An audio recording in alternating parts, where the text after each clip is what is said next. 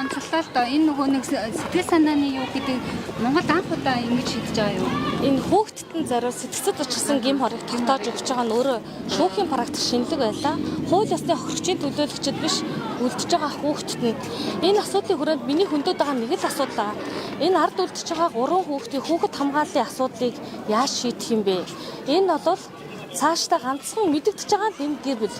Мэдэгдэхгүй монголчууд мэдэхгүй маш олон асуудлууд энэ шүүхийн хаалгын ард болдгоо. Тийм учраас энэ хүүхдийн эрх хамгааллын асуудлыг одоо онцгой анхаарах шаардлагатай. Тийм ч учраас өнөөдөр би шүүгдэгч бол эцэг байх эрхийг бас өнөөдөр шүүхээс хасах ёстой гэдэг зарчмын шаардлагыг тавьсан.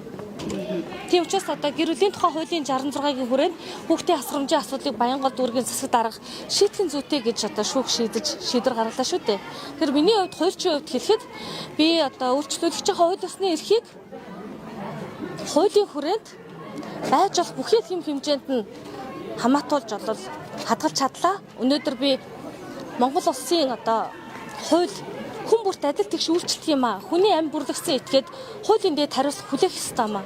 Монгол улсын хуульд одоо хамгийн дээд хариуцлага бүх насаар нь хорих шийдэх хариуцлага байна.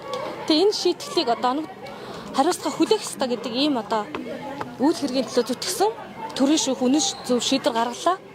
Өмнө нь 13 настай охиныг очир төвд бас амиа алдсан хэрэгдээс ч гэсэн мөн ажиллахад бүх насаар нь хорих ялыг бол бас шүүх хоногдуулж ясан юм төвхтэй. За баярлалаа.